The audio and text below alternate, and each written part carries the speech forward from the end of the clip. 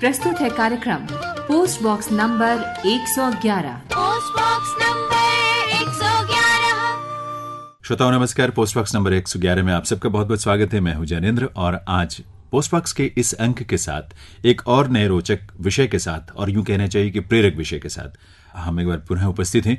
और आज हम बातचीत करेंगे देश की जो युवा शक्ति है, जो युवा है, उसकी ऊर्जा का, उसकी क्षमता का, उसके कौशल का और उसके सपनों का किस तरह से देश के लिए बेहतर से बेहतर इस्तेमाल हो सकता है।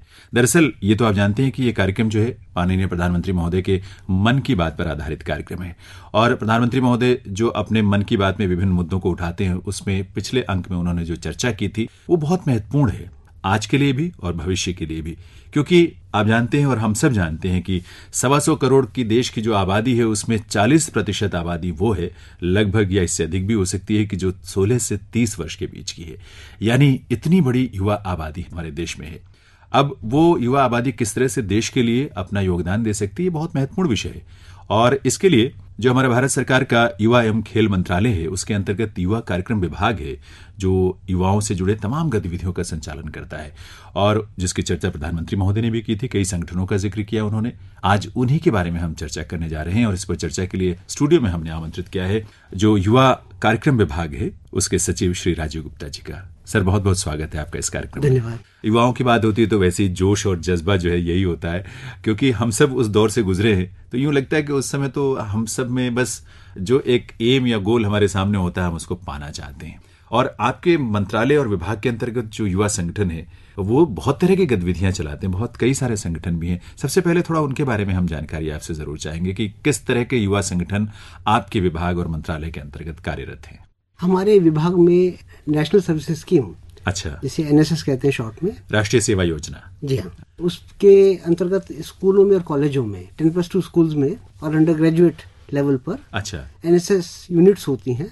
एक यूनिट में लगभग 100 वॉलंटियर्स होते हैं। तो इस तरह से देश भर में करीब 36.5 लाख वॉलंटियर्स हैं। अच्छा। और 2 साल तक वो रहते हैं हमारे साथ। ये प्रत्येक वर्ष 120 घंटा तो कम्युनिटी सर्विस करते हैं, कम्युनिटी में जाके सामुदायिक सेवा करते हैं। अच्छा। और 7 दिन का, 2 साल में एक बार 7 दिन का स्पेशल कैंप भी आयोजित करते हैं, जिसमें वहीं उस गांव में या उस कस्बे में या स्लम एरिया में छाटा था, उसमें जाके वहीं विश्राम करते हैं। वहीं पे कई सामुदायिक गतिविधियां करते हैं, चाहे स्वच्छता संबंधित हो, वो शिक्षा संबंधी हो, स्वास्थ्य संबंधी हो।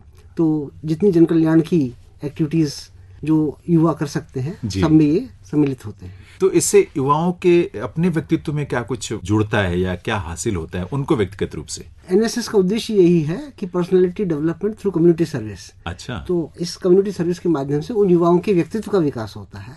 दूसरा, उनकी प्रतिभा, उनकी क्षमता का उपयोग समाज के लिए होता है। तो दोनों ही इससे बहुत लाभान्वित होते हैं। ये जो NSS का आपने जिक्र किया राजीव सर, ये क्या सिर्फ सरकारी स्कूलों में है या जो निजी शिक्षण संस्थान हैं, स्कूल हैं, उनमें भी इस तरह की कोई गतिविधियां चलती हैं? हाँ, ये सरकारी में भी है, निजी में भी है।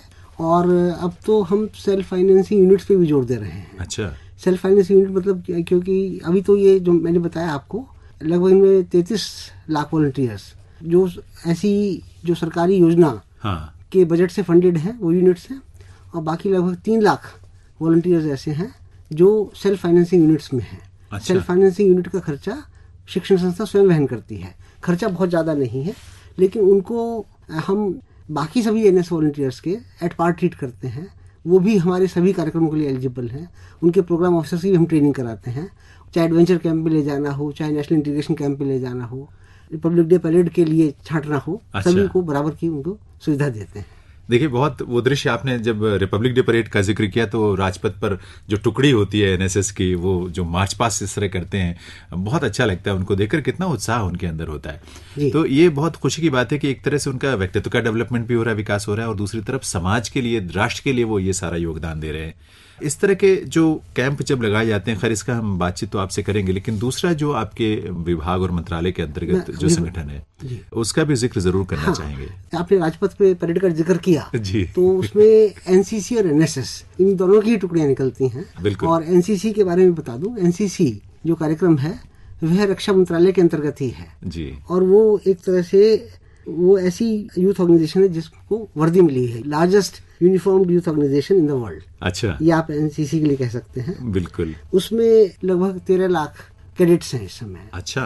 और बेसिक इसका उद्देश्य यही है कि इसमें युवाओं को आर्मी के लिए, नेवी के लिए, एयरफोर्स के लिए भी तैयार किया जाए। तो एक तरह से एक मिलिट्री ट्रेनिंग की तरह का उनको जो है प्रशिक्षण भी दिया जाता है उनको तमाम। हाँ, कुछ हद तक उसमें कई लेवल्स होते हैं, जैसे A, B, C और C लेवल का सर्टिफिकेट जो प्राप्त कर लेते हैं, हाँ। उनको फिर NDA में, IMA में भर्ती में वरीयता दी जाती है। इसमें जो पूरा स्टाफ है एनसीसी में, जो ट्रेनिंग स्टाफ है और जो वो सब आर्म्ड फोर्स पर्सनल ज्यादातर हैं। हाँ। DG और उसमें जो एडिशनल DGs हैं, उसमें 17 एडिशनल डायरेक्टर जनरल हैं, ग्रुप हेडक्वार्टर्स हैं। अच्छा। वो सभी जो है मिलिट्री ऑफिसर्स के द्वारा मैंड होते हैं।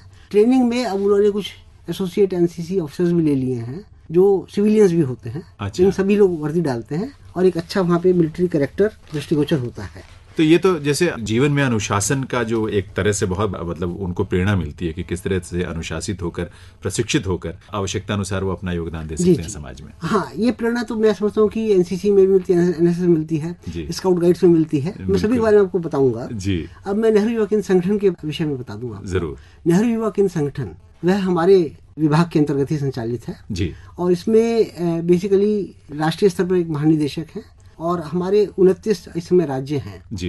तो हर एक राज्य में एक जोनल ऑफिस है। लगभग देश के 623 जिलों में एक एक हमारा डिस्ट्रिक्ट यूथ कोऑर्डिनेटर का ऑफिस है। अच्छा। फिर हर एक ब्लॉक में 2-2 वॉलंटियर्स हम रखते हैं जिन्हें नेशनल यूथ कोर वॉलंटियर्स कहते हैं।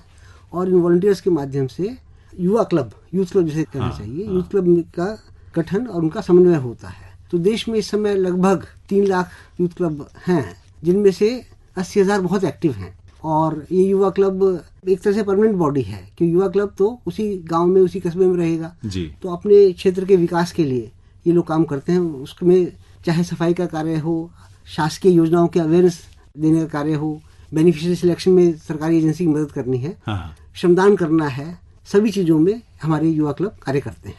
थोड़ा सा ये जरूर बताएं कि NSS जो आपने बताया, राष्ट्रीय सेवा योजना, और NYKS, नेहरू युवा केंद्र संगठन, अब इनकी गतिविधियों में क्या फर्क है? फर्क देखिए, फील्ड एक्टिविटीज में काफी समानता भी है, संगठन का फर्क है। अच्छा। संगठनात्मक फर्क ये है, NSS वो केवल स्कूल कॉलेजों में है और वहाँ पे 2 साल में नए वॉलंटियर आते रहते हैं। अच्छा। और ये युवा क्लब जो है ये किसी गांव में, कस्बे में, सबर्ब में है और इसमें जो सदस्य हैं, बल्कि NYKS के लिए तो अब हमने काफी ऑनलाइन एफिलिएशन भी कर दिया है। कोई भी युवाओं का समूह, 7 से अधिक युवाओं का समूह अपने आप को नेहरू युवा केंद्र संगठन के साथ एफिलिएट कर सकता है, युवा क्लब के रूप में कार्य कर सकता है। अच्छा। और नेहरू युवा केंद्र संगठन से उसको जो भी कार्यक्रम संभव हो सकते हैं वो दिए जाएंगे जी। लेकिन ये भी शायद मैंने सुना है कि जो आपका NYKS है वो ग्रामीण क्षेत्र के युवाओं को लेकर संगठन एक है। हाँ, अब शहरों में युवा क्लब आ रहे हैं। अच्छा। ज्यादातर ग्रामीण क्षेत्र में ही थे, लेकिन अब शहरों में भी बन रहे हैं, अभी भी अधिकांश तो ग्रामीण क्षेत्र में। बिल्कुल, कहते हैं कि दुनिया की अपने तरह की सबसे अनूठा एक संगठन है नेहरू युवा केंद्र संगठन। अभी देखिए, जैसे मैंने बताया 3 लाख यूथ क्लब हैं। हाँ। तो उनमें लगभग जो है 85 लाख उसमें सदस्य हैं जी। तो एक बहुत बड़ा यूथ फोर्स है ये। तो 85 लाख तो नेहरू युवा केंद्र संगठन में हो गए, 36.5 लाख मैंने बताया NSS में है, 13 लाख के करीब NCC में है जी। इसके अलावा फिर मैं अब आता हूँ आपको स्काउट्स गाइड्स ऑर्गेनाइजेशंस के विषय में जी। तो देश में 2 स्काउट्स एंड गाइड्स ऑर्गेनाइजेशंस बड़ी हैं जिनको हमारे मंत्रालय ने मान्यता दे रखी है। सबसे बड़ी है भारत स्काउट्स एंड गाइड्स, इसमें 55 लाख स्काउट्स एंड गाइड्स हैं। अच्छा। हाँ, पूरे देश में। और स्काउट गाइड्स भी ये जो स्कूल लेवल के होते हैं उनको कहते हैं, जो 5 से 10 साल की उम्र के जो संगठन से जुड़ते हैं। हाँ। उनको कब्स एंड बुलबुल्स कहते हैं। अच्छा। हाँ। बहुत अच्छा नाम है। और ये आप मतलब 10 से 18 तक की वर्ष के उनको कहेंगे स्काउट गाइड्स। हाँ। मतलब स्काउट हो गए लड़के, गाइड्स हो गए लड़कियां। 16 से 25 या 18 से 25 के जो कॉलेज गोइंग एज आ जाती है जी। उनको कहते हैं रेंजर्स एंड रोवर्स। हाँ। तो इस तरह से 3 लेवल के लोग रखते हैं, वो भी बहुत अच्छा कार्य कर रहे हैं जी। उनको भी हम थोड़ा शासकीय असिस्टेंस देते हैं और बाकी उनको राज्य सरकारें भी सुविधा देती हैं। तो वह भी स्काउट्स गाइड्स भी स्कूल्स कॉलेजेस में हैं, वह भी उनके भी जैसे पेट्रोल होते हैं, उनके बहुत समाज कल्याण के कार्य होते हैं। अच्छा, जितने हमारी युवा संस्थाएं हैं ये सब जो है स्वच्छ भारत अभियान में और विभिन्न जितने, चाहे टीकाकरण का अभियान, इंद्रधनुष मिशन, सब में लगे हुए हैं जी। और बहुत अच्छा कार्य कर रहे हैं।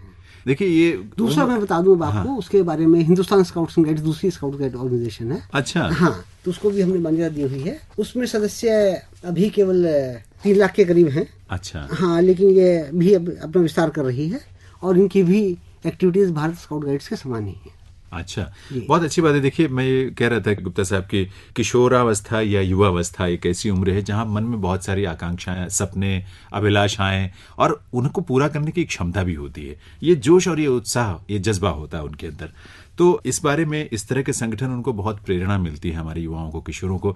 और हम इस गीत के माध्यम से भी अपने युवा साथियों को कुछ वही एहसास दिलाना चाहते हैं कि जो आपके मन में आशाएं हैं, जो आपके मन में उम्मीदें हैं, वो आप पूरा करने के लिए बस आगे बढ़ते रहिए। अवसर और साधन जो है वो मिलते जाएंगे, बनते जाएंगे, आपका लक्ष्य आपको जरूर हासिल होगा। पहले ये गीत सुनते हैं और फिर लौट कर आते हैं।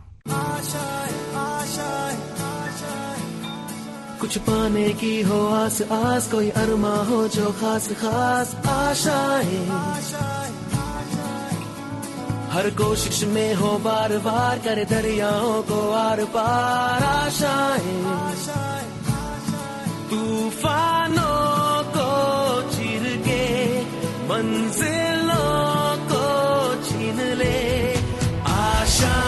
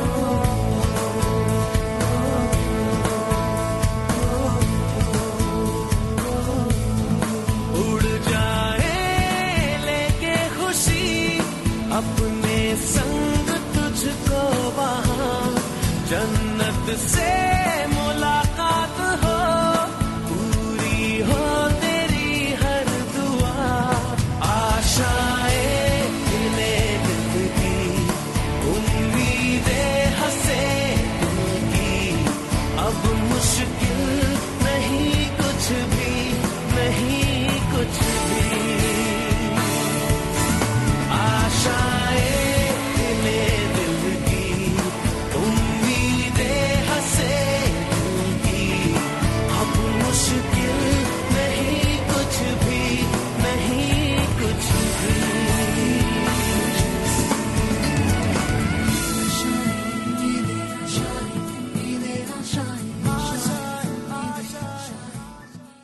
श्रोताओं, आज हम बात कर रहे हैं युवाओं की उस क्षमता के बारे में और युवाओं के अंदर जो पोटेंशियल है, संभावनाएं हैं, उसके बारे में। और इस बारे में बातचीत करने के लिए पोस्ट बॉक्स नंबर 111 में आज हम सबके साथ हैं यूथ अफेयर्स डिपार्टमेंट, भारत सरकार, यानी जो युवा कार्यक्रम और खेल मंत्रालय, उसी के अंतर्गत ये युवा कार्यक्रम विभाग है।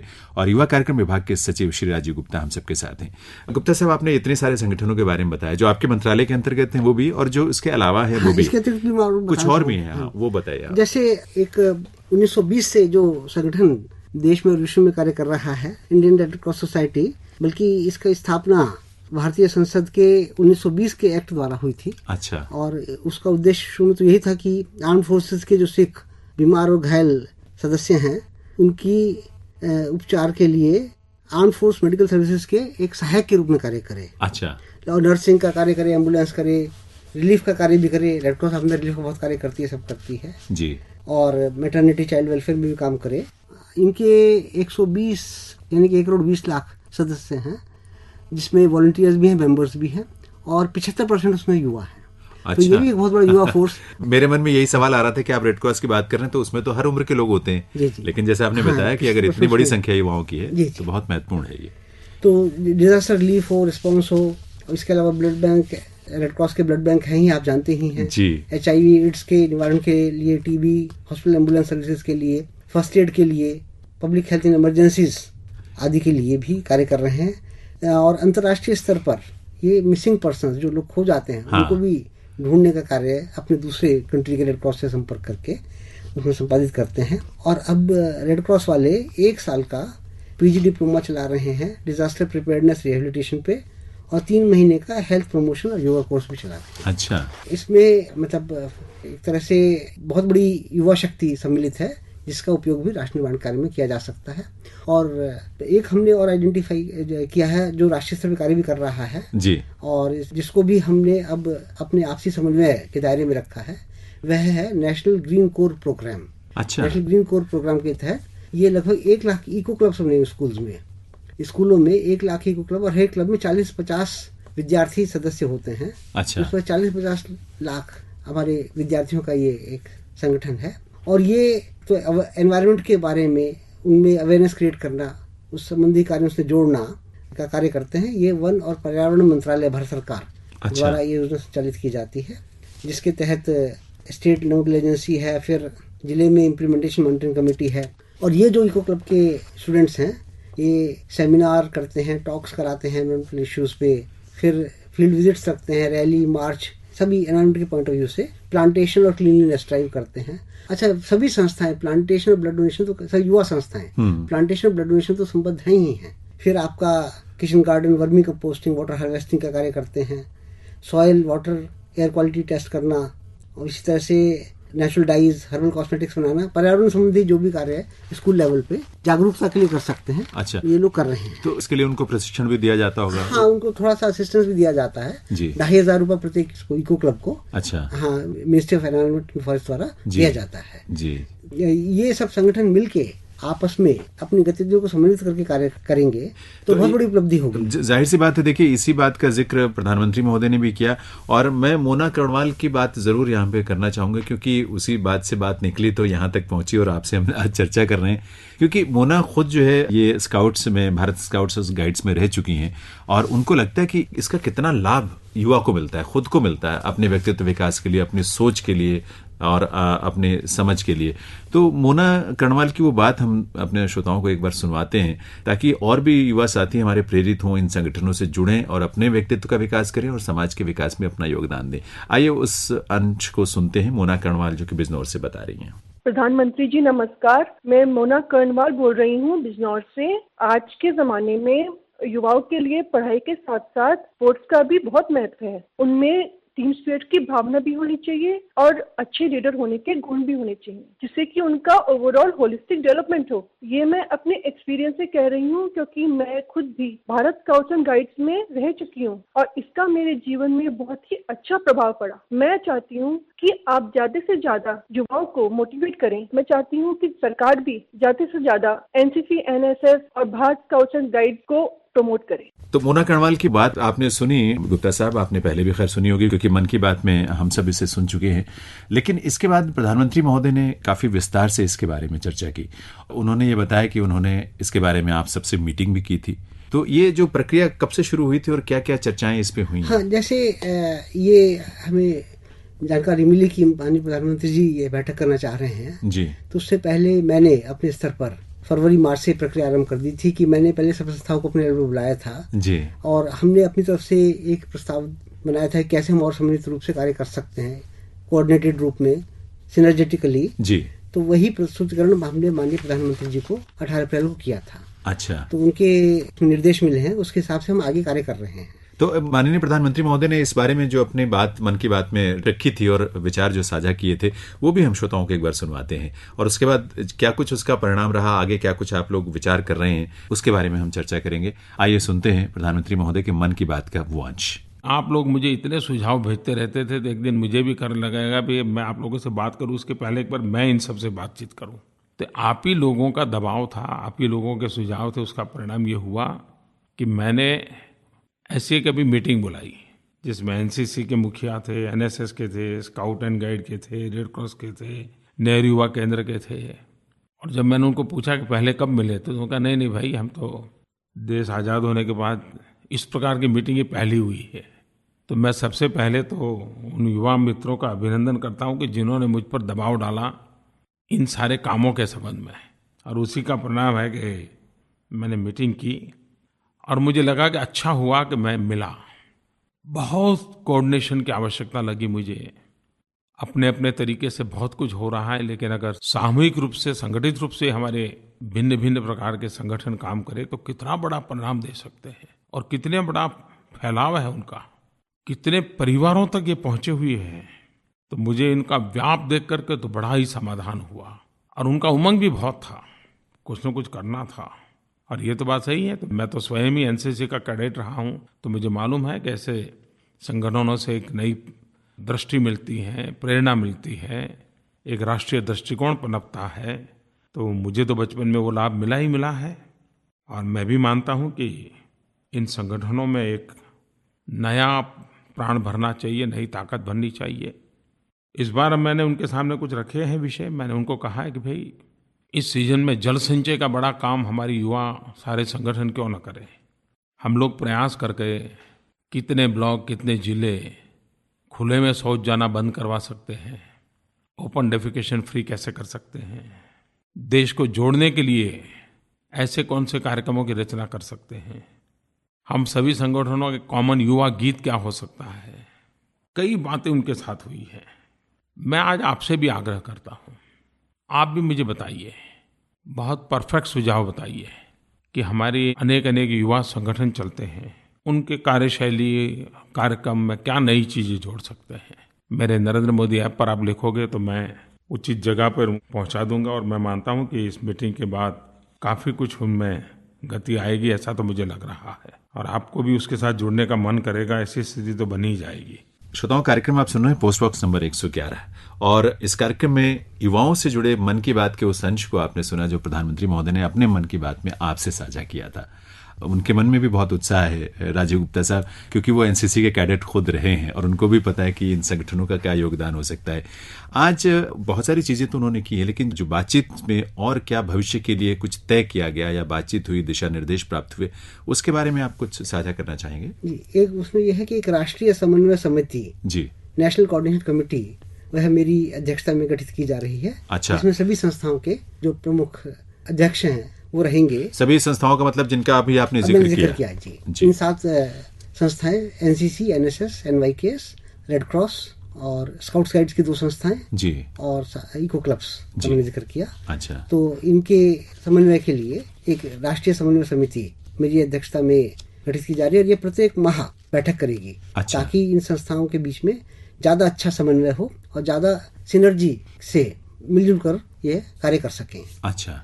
और जो निर्देश दिए गए हैं, जो संस्थाओं को दिए जा चुके हैं, उन्होंने अपने युवा जो उनके सदस्य वहां तक पहुंचा दिए हैं जी। कि एक तो यह है कि अब ये मई का महीना शुरू हो चुका है, मई जून में ये सभी संस्थाएं वाटर कंजर्वेशन और रिचार्ज के बारे में बहुत अवेयरनेस क्रिएशन के लिए व्यापक स्तर पे काम करें।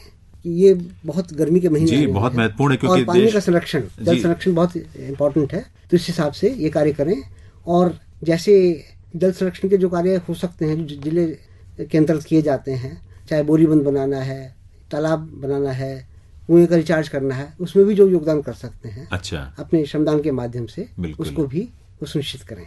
इसी प्रकार से जुलाई अगस्त में एक बहुत बड़ा प्लांटेशन का ड्राइव इस बार किया जाएगा और वैसे ऑलरेडी प्लांटेशन करते हैं और कहीं लार्ज स्केल पे जी युवा संस्थाएं इसमें कार्य करें।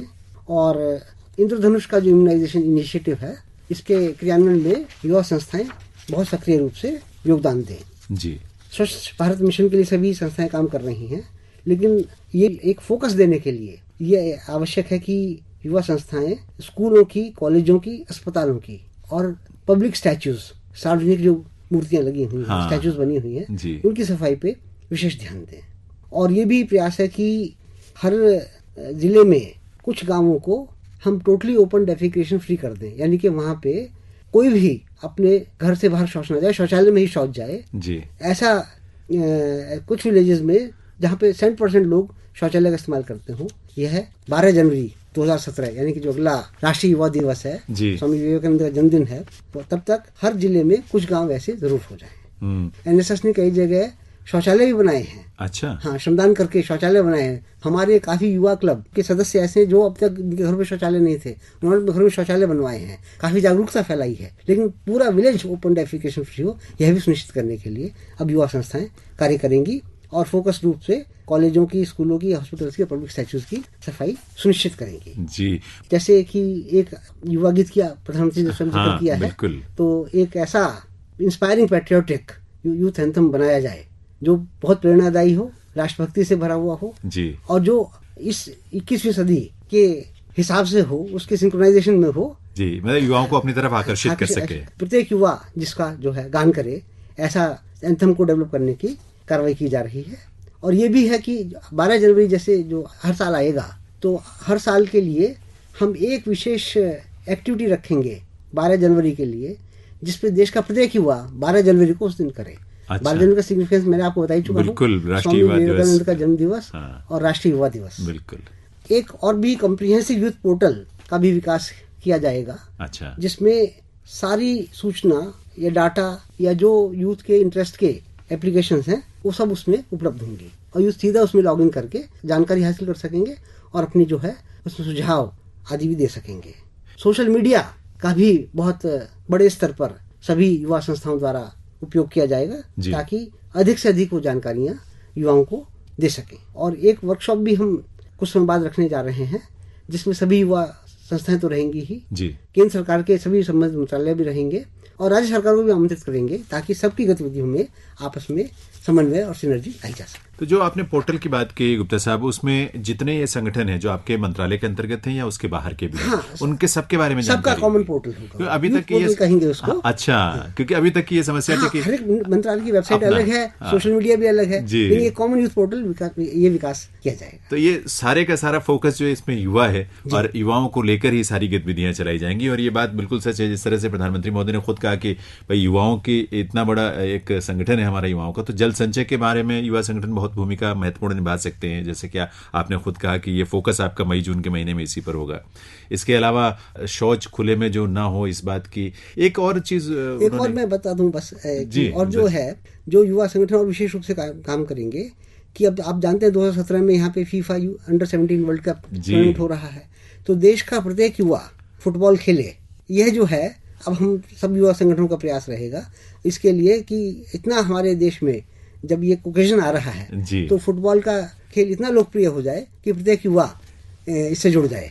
बिल्कुल सच बात है, क्योंकि मार्च के महीने में जब प्रधानमंत्री महोदय ने मन की बात में इस बात का जिक्र किया था तो उसके बाद से एक बड़ा उत्साह सा दिखा और हमने खुद इस कार्यक्रम में पिछले अंक में अपने ऑल इंडिया फुटबॉल फेडरेशन के सेक्रेटरी जनरल को बुलाकर उनसे बातचीत भी की ताकि लोगों को, युवाओं को पता हो और वो जुड़े इससे और कुछ करें, क्योंकि कुछ करेंगे अपने अपने स्तर पर तो जरूर हम उस लक्ष्य को हासिल कर पाएंगे। एक गीत अपने सुनने वाले दोस्तों को सुनवाते हैं, खासतौर पर ये गीत जो है हमारे उन युवा साथियों को हम डेडिकेट करते हैं जो जोश और उत्साह से भरे हुए इन तमाम युवा संगठनों में से किसी न किसी से जुड़े भी हैं या नहीं भी जुड़े हैं तो भविष्य में जुड़ेंगे जरूर, क्योंकि हम सबका मकसद ये है कि कुछ करिए अपने लिए भी और देश के लिए भी।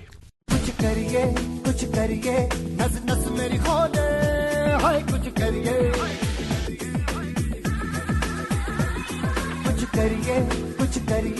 बस बस बड़ा बोले, अब कुछ करिए। ओ कोई तो चल सिद्ध फड़िए, तू बेतरिए या मरिए, हाय कोई तो चल सिद्ध फड़िए, तू बेतरिए या मरिए।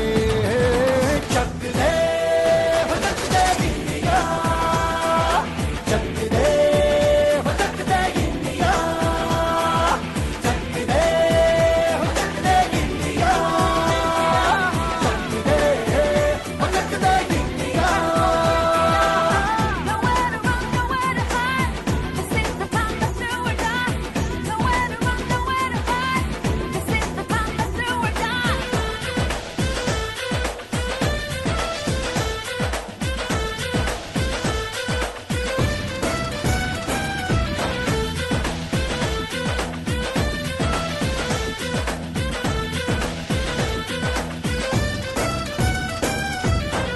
कूचों में गलियों में, राशन की फलियों में, बैलों में बीजों में, ईदों में तीजों में, रेतों के दानों में, फिल्मों के गानों में, सड़कों के गड्ढों में, बातों के अड्डों में, भूखा रवाज भर ले, 10-12 बार कर ले, रहना न यार पीछे, कितना भी कोई खींचे, टस है ना मस है जी, जिद है तो जिद है जी, किसना यूं ही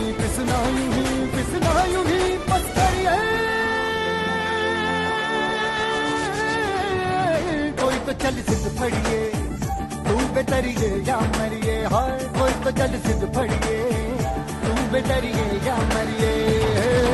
चक दे हो चक दे इंडिया, चक दे हो चक दे इंडिया, चक दे हो चक दे इंडिया, चक दे हो चक दे India. Nowhere to run, nowhere to hide. This is the time to do or die. Nowhere to run, nowhere to hide. This is the time to do or die.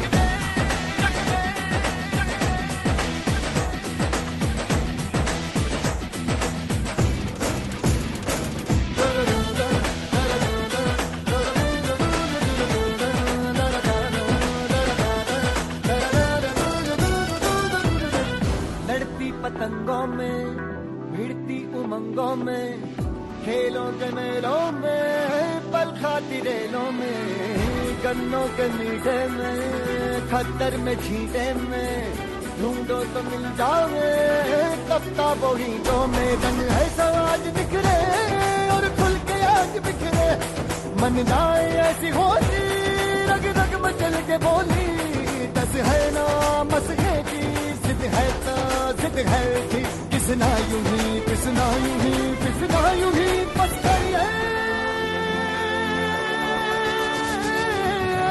कोई तो चल सिद्ध फड़िए, तू बेतरिए या मरिए, हाय कोई तो चल सिद्ध फड़िए, तू बेतरिए या मरिए। चक दे हो चक दे इंडिया, चक दे हो चक दे इंडिया, चक दे हो चक दे इंडिया, चक दे हो चक दे इंडिया।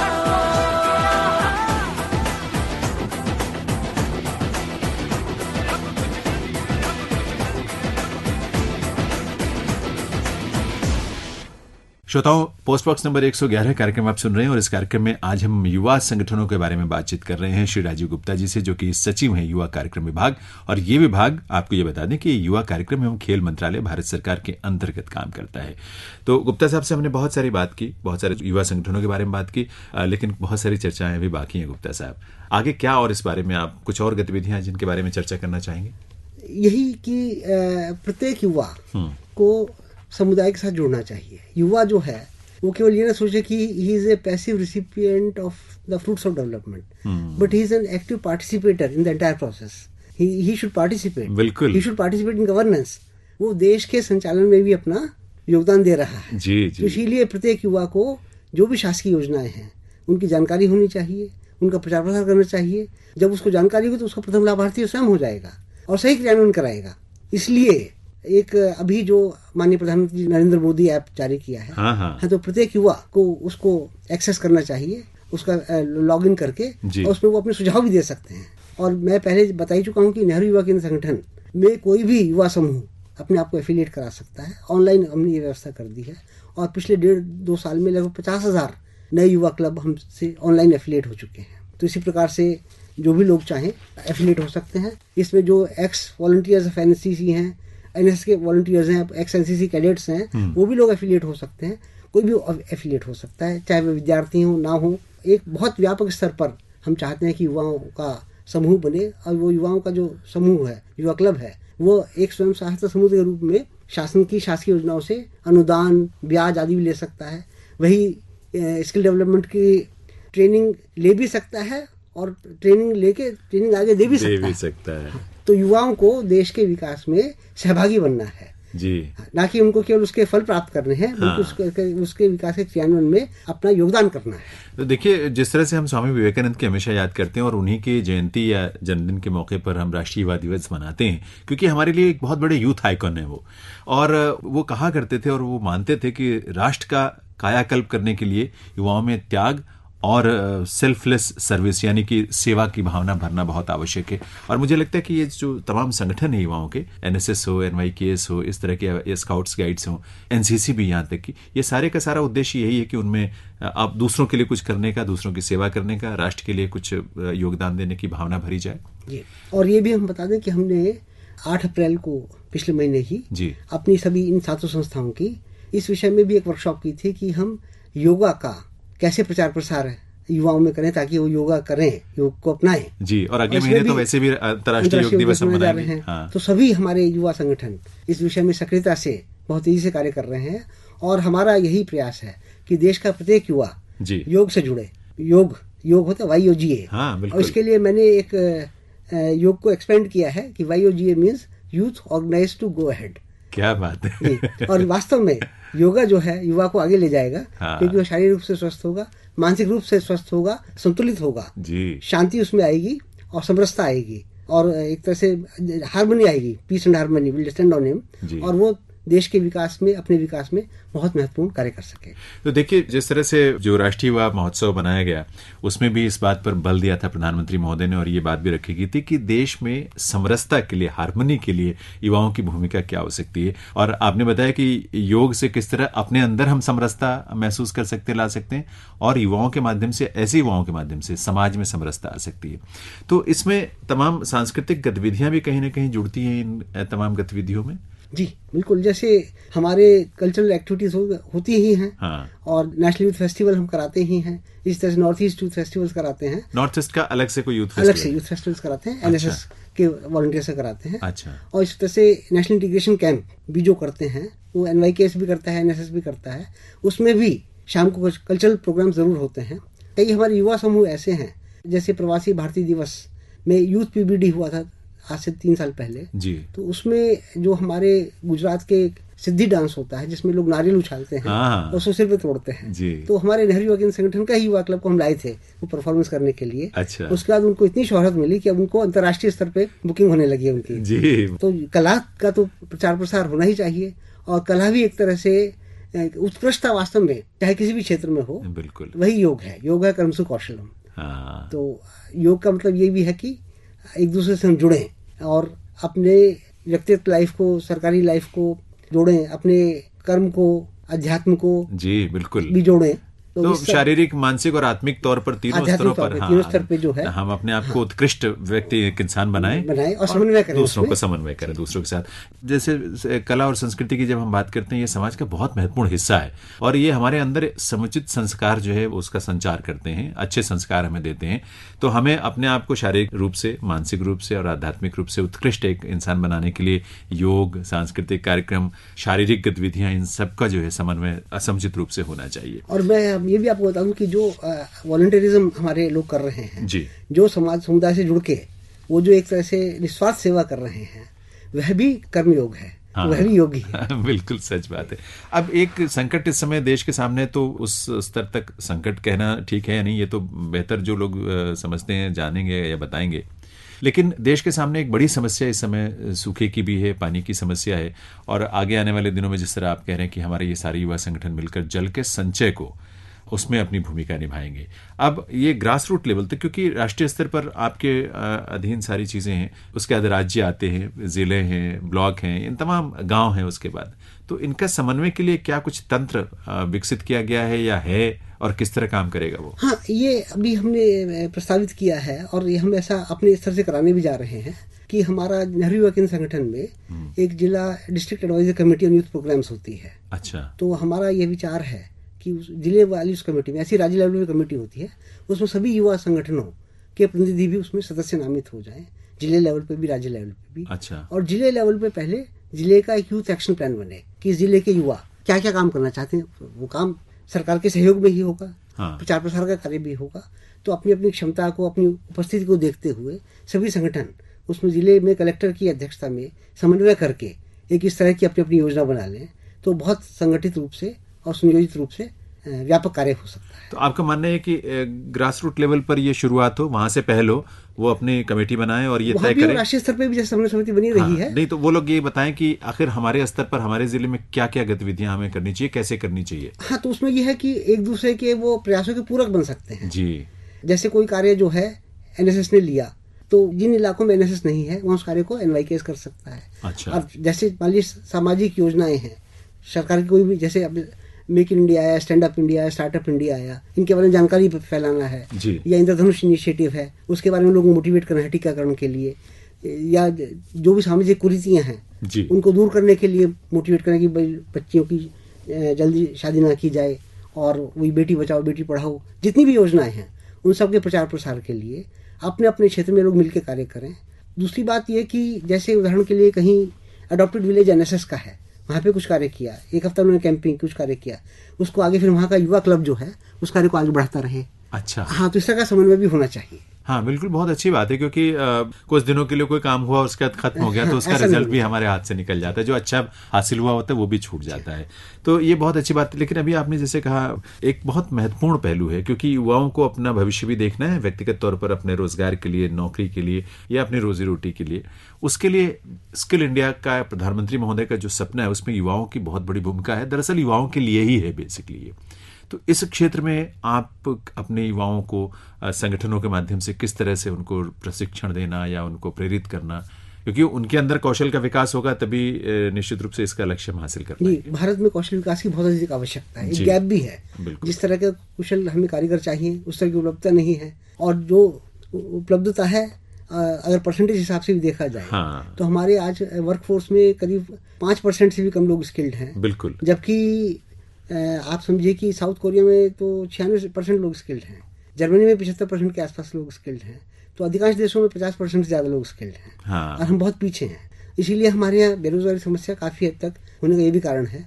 तो प्रॉपर स्किलिंग हो, ये सब व्यवस्थाएं हमारा ministry of skill development and entrepreneurship पूरे देश में कराई रहा है। अच्छा। हम भी अपने युवा संगठनों के माध्यम से ये सुनिश्चित करेंगे कि हमारे युवाओं को सही गाइडेंस मिल जाए कि उनके लिए कौन सा स्किल उपयुक्त है, उसके लिए कहाँ उन्हें स्किल का प्रशिक्षण मिल सकता है। और प्रधानमंत्री कौशल विकास योजना है और कई योजनाएं हैं जिसके तहत जो है प्रशिक्षण के लिए सरकार धनराशि उपलब्ध करा रही है, ट्रेनर्स को करा रही है, इसलिए युवाओं को उसमें ज़्यादा खर्च भी नहीं करना है, लेकिन उनको सही मार्गदर्शन मिल जाए। यह कार्य जो है हमारे युवा संगठन जरूर करेंगे और मतलब दिल पुट अक्रॉस द यूथ। हाँ, इसीलिए वेरियस ट्रेनिंग फैसिलिटीज आपके पास युवा है हमारे पास। 1 करोड़ से कहीं ज्यादा संख्या, 2 करोड़ के करीब युवा, 2 करोड़ के बताइए। ये युवा केवल 2 करोड़ ही नहीं है। हाँ। इन युवाओं के माध्यम से समस्त युवा ही जुड़े हुए हैं। हाँ। तो उनको एक तरह से आप एक गाइडिंग फोर्स बन सकते हैं कि भाई जो उनकी आवश्यकता है अपनी, उनके विकास के लिए, रोजी रोटी, नौकरी के लिए, काम के लिए, तो भारत सरकार की और तमाम योजनाएं हैं जिनका लाभ उनको मिल सकता है। तो एक माध्यम आपके जरिए बन सकता है। तो निश्चित रूप से ये जैसे कौशल विकास के क्षेत्र में हो सकता है। और भी बहुत सारे सरकार की तरफ से माननीय प्रधानमंत्री महोदय की पहल पर कई ऐसी योजनाएं शुरू की गई हैं जिनमें उनको आर्थिक मदद दी जाती है ताकि वो अपना रोजगार शुरू कर सके। जैसे मुद्रा योजना है जिसके अंतर्गत आप अपने छोटे से स्तर पे काम शुरू कर सकते हैं और आप रोजगार पाने वाले नहीं बल्कि देने वाले बन जाते हैं। तो इस तरह की बहुत सारी परिकल्पनाएं हैं जो आपके पास युवा फोर्स जो है, यूथ है, उसको गाइडेंस मिलती है। उद्यमिता विकास है, एंटरप्रेन्योरशिप डेवलपमेंट है, सब मुद्रा योजना है, फिर आपकी स्टार्टअप है, स्टैंड अप है। हाँ। तो इन सब में इनकी सही जानकारी देना, बल्कि हमारा तो जैसे डिस्ट्रिक्ट यूथ कोऑर्डिनेटर नेहरू युवा केंद्र संगठन का जो जिले में उपलब्ध है जी, वो एक तरह से कलेक्टर का बहुत निकट सहयोगी है और उसको कलेक्टर के माध्यम से जो भी जानकारियां मिलेंगी वो युवा समूहों के माध्यम से पूरी युवा तक पहुंच जाएंगी। प्रचार प्रसार तो होता ही है, टीवी पर भी होता, सब होता है, लेकिन एक बाई वर्ड ऑफ माउथ जो जानकारी जाती है, और उसमें भी गोष्ठियां भी की जाएंगी। गोष्ठियां ब्लॉक लेवल पे, जिले लेवल पे हो सकती हैं। और हमारे जो नेशनल यूथ कोर के वॉलंटियर्स हैं हर ब्लॉक में 2-2, वो भी इसमें बहुत सक्रिय भूमिका निभा सकते हैं। तो यही है ना कि युवाओं को अपनी ही शक्ति द्वारा और अपने ही प्रयास द्वारा अपना ही विकास करना है, और उनका विकास देश का विकास है। बिल्कुल सही बात है। और मुझे लगता है कि कई बार हम लोगों को बताते हैं उसका इतना असर नहीं होता, लेकिन अगर मुझे कोई लाभ मिला है और मैंने अपने आप को आर्थिक रूप से स्वावलंबी बना लिया है और अब मैं अपनी रोजी रोटी कमा रहा हूँ या कर रहा हूँ, तो दूसरे अपने आप प्रेरित होते हैं कि देखो उन्होंने ये लाभ हासिल किया है तो दूसरे भी कर सकते हैं। हाँ, और साथ साथ हम तो युवा को ये भी कह रहे हैं कि आपको लाभ अपने तक सीमित नहीं रखना है। हाँ। आपको कम्युनिटी तक उस बात का प्रचार प्रसार करना है। तो शुरू से उनकी ये टेंडेंसी डेवलप कर रहे हैं कि you have to work for the community, और इसी माध्यम से आप, यही तो व्यक्तित्व विकास है। देखिए, आपने कोई लाभ अपने तक सीमित रख लिया तो आपका व्यक्तित्व केवल अपने तक सीमित रहा। आपने समुदाय तक उसे विकसित कर दिया तो आपका व्यक्तित्व भी सामुदायिक हो गया। तो आपने, यही पर्सनैलिटी एक्सपेंशन हुआ ना आपका। बिल्कुल सच बात है। तो हो सकता है कि कहीं थोड़ी बहुत मुश्किलें तो होती हैं जिंदगी में, हम सब के जीवन में होती है, या हम कोई लक्ष्य निर्धारित करते हैं उसको पाने में मुश्किलें होती हैं, ये स्वाभाविक बात है। लेकिन इसका मतलब ये नहीं है दोस्तों कि आप थक हार कर बैठ जाएं, क्योंकि आप थकने वाले हैं नहीं, क्योंकि आपके अंदर ऊर्जा है, आपके अंदर क्षमता है, आपके अंदर कौशल लाने की कोशिश हो रही है। और आप खुद जब एक कौशल से, यानी आप स्किल्ड हो जाएंगे तो आपके लिए आसान हो जाएंगी चीजें, राहें आपकी आसान हो जाएंगी। आइए गीत सुनते हैं और उसके बाद फिर बातचीत को आगे बढ़ाते हैं। जो राह चुनी तूने, अरे जो राह चुनी तूने उसी राह पे राही चलते जाना रे। हो कितनी भी लंबी रात, अरे हो कितनी भी लंबी रात, दिया बन जलते जाना रे। उसी राह पे राही चलते जाना रे। जो राह चुनी तूने उसी राह पे राही चलते जाना रे।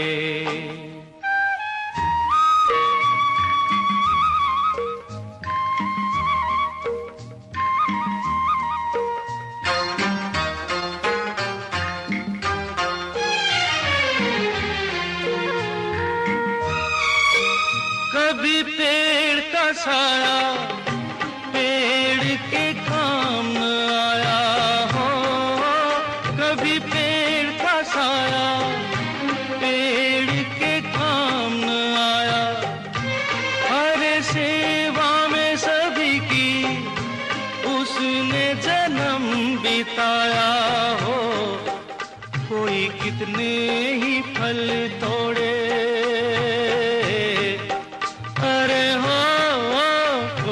कितने ही फल तोड़े, उसे तो है फलते जाना रे। उसी राह पे राही चलते जाना रे।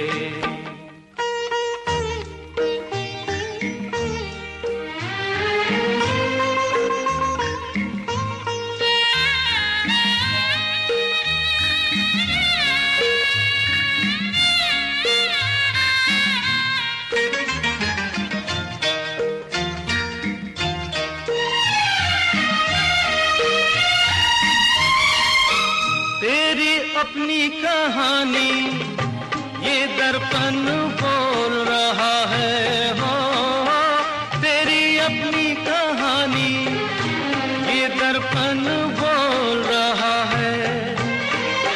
भीगी आंख का पानी हकीकत खोल रहा है हो। जिस रंग में ढाले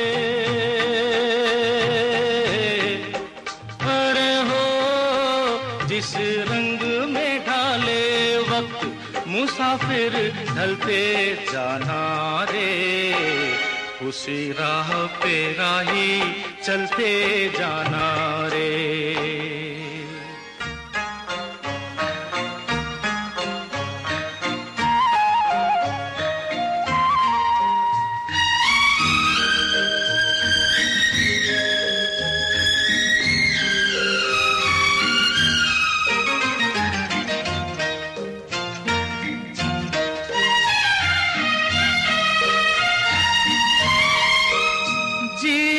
के सफर में ऐसे भी मोड़ है आते हो। जीवन के सफर में ऐसे भी मोड़ है आते, जहाँ चल देते हैं अपने भी तोड़ के नाते। कहीं धीरज छूट न जाए, अरे हो कहीं धीरज छूट न जाए। तू देख संभलते जाना रे। उसी राह पे राही चलते जाना रे।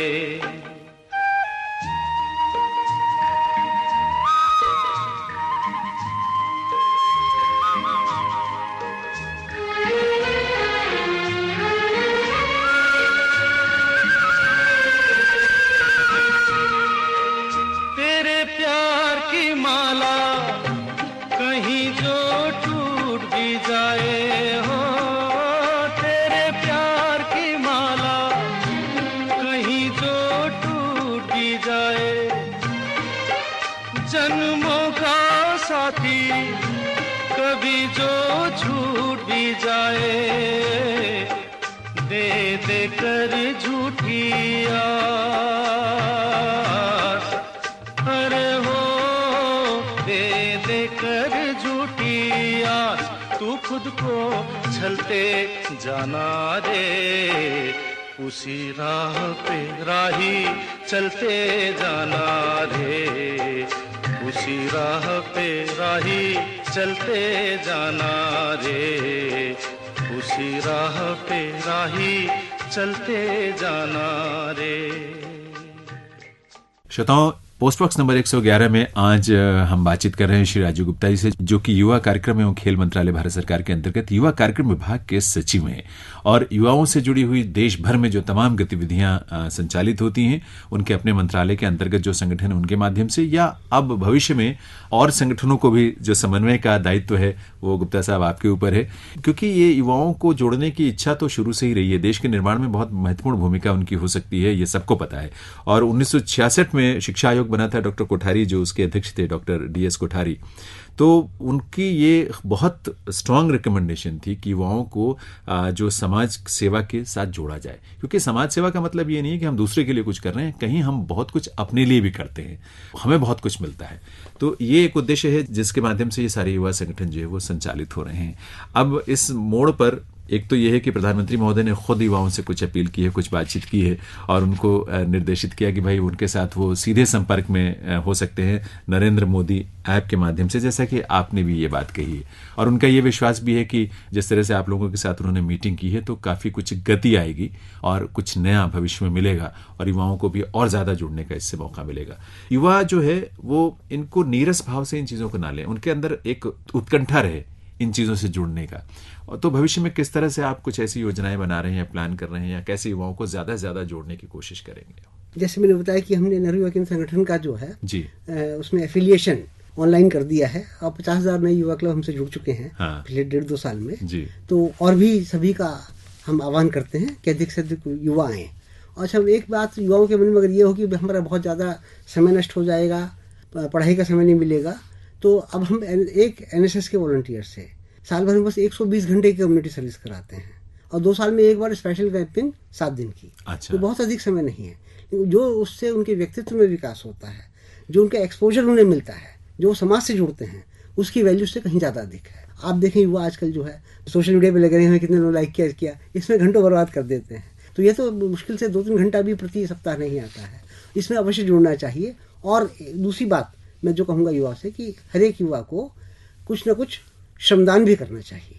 और श्रमदान की आपको कीमत बताएं, आकलन बताएं अगर, तो एक युवा का 2 घंटे का श्रमदान या 1 घंटे का भी श्रमदान जो है उसकी अगर कीमत 20 रुपये भी मान ली जाए, 20 रुपये देखिए एक मजदूर की दिहाड़ी 8 घंटे काम के लिए 160 रुपये होती है औसतन, तो 1 घंटे का काम 20 रुपये का हो गया। और एक युवा अगर 100 घंटे भी एक श्रमदान करता है समाज के लिए, 100 घंटा कुछ ज़्यादा नहीं, सप्ताह में 2 घंटा हुआ, साल में 52 सप्ताह होते हैं तो 100 घंटे से ज़्यादा ही हो गया। तो अगर इतना भी काम करता है तो उसकी कीमत 2,000 रुपये होती है। और अगर देश का प्रत्येक युवा, अगर हम मान लें आज देश के भारत के 100 करोड़ लोग इस तरह से 100 घंटा भी साल में श्रमदान करते हैं तो उसकी कीमत होती है 2 लाख करोड़ रुपए जी। अब 2 लाख करोड़ रुपए से देखिए कितना बड़ा कार्य हो सकता है, कितना बड़ा कार्य होता है। सही बात। और देखा जाए तो 2 लाख करोड़ रुपए हमारे देश की वार्षिक योजना का लगभग 1/7वां हिस्सा है। तो बहुत बड़ा कार्य हो सकता है केवल 2 घंटे के श्रमदान से। हाँ, और देखिए ये तो चूंकि हम लोगों ने भी स्कूलों में देखा है और किया है, और मैं और भी कर देखिए श्रमदान से क्या होगा, ये उनका वो स्वास्थ्य बढ़ेगा। वही बात, क्योंकि वो जो है जब फिजिकल श्रम करेंगे तो स्वास्थ्य सुधार होगा ही होगा। दूसरा, आज युवा व्यसन की तरफ ना जाए, इसकी बहुत बड़ी आवश्यकता है जी। तो जो समाज की सेवा है, जो निस्वार्थ सेवा है, वह उसको गलत दिशा में जाने से रोकती है, उसकी शक्ति का सही दिशा में प्रयोग होता है और उसके माध्यम से उसके व्यक्तित्व का विकास होता है। तो आप समाज को दें और समाज जो है एक तरह से आपके व्यक्तित्व के रूप में आपको दे रहा है, और जब समाज से लिया है हमने, समाज को देना तो हमारा फर्ज बनता ही है। और तीसरी बात ये कि अगर हमारे आसपास के लोग खुशहाल होंगे, उन खुशहाली में योगदान कर सकते हैं, तो उसका प्रतिफल हमें आर्थिक रूप से मिलेगा। अगर किसी समाज में केवल कुछ लोग बहुत अमीर हों, बाकी सब लोग बहुत गरीब हों, तो उन गरीबों की क्रय शक्ति तो रहेगी नहीं, तो उन अमीरों का उत्पाद कैसे बिकेगा? है नहीं बात। तो इसीलिए समाज पूरी, जब सबका विकास होगा तभी जो है देश का सच्चे अर्थ में विकास हो सकता है, तभी हर एक को प्रॉपर खुशहाली मिल सकती है। तो गुप्ता साहब एक चीज और भी इसमें मुझे लगता है कि एक सेंस ऑफ ऑनरशिप जो होती है कि अगर मैंने कहीं सफाई अभियान में हिस्सा लिया है, श्रमदान किया है, या मैं कहीं कोई पानी को बहने से रोकने के लिए या सही दिशा देने के लिए मैंने कहीं श्रमदान किया, किसी भी तरह का श्रमदान, तो वहां अब मैंने अगर कहीं सफाई में अपना योगदान दिया तो मैं दोबारा गंदगी मेरे हाथ से कम वहां नहीं होगी, क्योंकि मुझे पता है कि मैंने अपने हाथों से इसको साफ किया है। तो एक सेंस ऑफ ऑनरशिप जो है, जो भी आप श्रमदान में करते हैं उसके साथ होती है।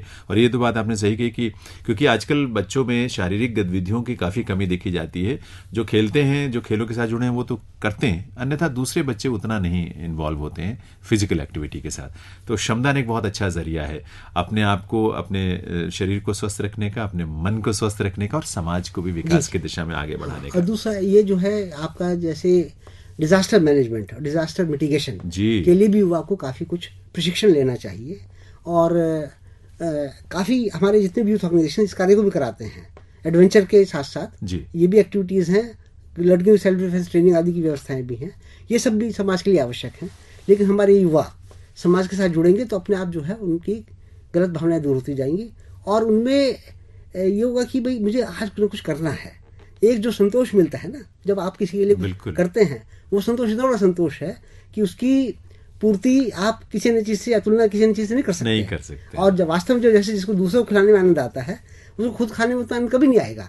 तो एक बात बताइए कि आपदा प्रबंधन को लेकर जो आपने बात की कि युवाओं की उसमें सहभागिता हो सकती है या सक्रिय भागीदारी हो सकती है, तो उनको किस किस स्तर पे जैसे ट्रेनिंग देने की बात है या कैसे तैयार? तो एनडीआरएफ या स्टेट डिजास्टर रिस्पांस फोर्सेज उनसे थोड़ा ट्रेनिंग ले सकते हैं। लेकिन मुख्य भूमिका हमारे वॉलंटियर्स की होती है। कहीं अगर नेचुरल कैलेमिटी हो जाती है तो उसमें रिलीफ कैंप्स के संचालन में तो नहीं उनका जैसे अच्छा रिलीफ कैंप के लिए संचालन में जैसे उसमें रिलीफ कैंप में लोग आते हैं, उनकी व्यवस्था देखना, उनको खाद्य सामग्री आदि वितरित करना, इसमें भी हमारे एनएसएस के वॉलंटियर्स, एनवाईकेएस के लोग और अन्य संस्थाओं के भी स्काउट गाइड्स वगैरह भी इसमें काफी सक्रिय योगदान करते हैं। तो ये भी एक बहुत महत्वपूर्ण उनका सपोर्ट है, बहुत महत्वपूर्ण सहयोग है। तो इस तरह से तमाम गतिविधियों में युवा साथी हिस्सा ले सकते हैं और लेना चाहिए। और मुझे लगता है कि जिस तरह से गुप्ता साहब आपकी अध्यक्षता में राष्ट्रीय स्तर पर एक समिति बनी है जो इन तमाम संगठनों के बीच में समन्वय का काम करेगी माननीय प्रधानमंत्री की पहल पर, तो आने वाले महीनों और वर्षों में एक नई तरह के हमें युवाओं के योगदान को हमें देखने का अवसर मिलेगा और देश के विकास में और उनके अपने व्यक्तित्व के विकास में बहुत महत्वपूर्ण वो एक दृश्य हम देख पाएंगे और अनुभव कर पाएंगे, उसका लाभ देश को मिलेगा। तो आप सबके लिए बहुत सारी शुभकामनाएं। और दोस्तों ये तो आपको मालूम है ना कि अगले वर्ष फीफा वर्ल्ड कप अंडर 17 होने वाला है, तो उसकी तैयारी भी अपने अपने स्तर पर शुरू कर दीजिए, जहां भी हैं जो भी हैं, और इन संगठनों से जुड़िए ज़्यादा से ज़्यादा और सक्रिय भूमिका निभाइए। बहुत अच्छा लगता है दोस्तों के साथ कैंपिंग करने में, काम करने में कभी निरस्ता नहीं होती। तो खूब सारे दोस्त बनाइए और इस काम को अच्छे से आगे बढ़ाइए। आपका बहुत बहुत आभार राजीव गुप्ता साहब इस कार्यक्रम में आने के लिए और इस कार्यक्रम में बहुत विस्तार से आपने अपने मंत्रालय और विभाग के अंतर्गत जो युवा संगठन है या अन्य युवा संगठन उनके बारे में विस्तार से चर्चा की। बहुत बहुत धन्यवाद आपका। धन्यवाद। और श्रोताओं ये तो मालूम ही है कि ये कार्यक्रम यानी पोस्ट बॉक्स नंबर 111 इसका पुनः प्रसारण जो है वो आगामी शनिवार को होता है। और आगामी शनिवार मतलब इस बार जो है वो 14 तारीख है, शनिवार का दिन है, रात को 9 बजे का समय होगा जब इस कार्यक्रम को आप पुनः सुन सकते हैं। तो आप जरूर इस कार्यक्रम को सुनिए और इस कार्यक्रम के माध्यम से तमाम युवा दोस्तों को प्रेरित कीजिए कि वो किसी भी युवा संगठन से जुड़ें और अपना योगदान जरूर दें देश के निर्माण में और अपने आत्मोत्थान में। धन्यवाद।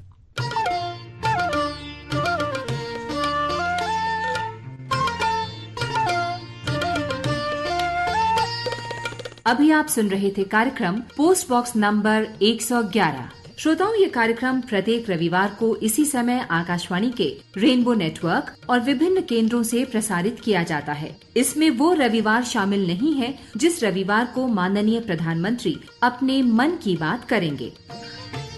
श्रोताओं, इस कार्यक्रम का पुनः प्रसारण आप सुन सकेंगे आकाशवाणी दिल्ली के FM रेनबो 102.6 मेगाहर्ट्ज पर आगामी शनिवार रात 9 बजे। Post box number 111। इस कार्यक्रम के प्रस्तुतकर्ता थे ज्ञानेंद्र सिंह और प्रस्तुति सहयोग था चंपा धर्मशक्तु का। Post box number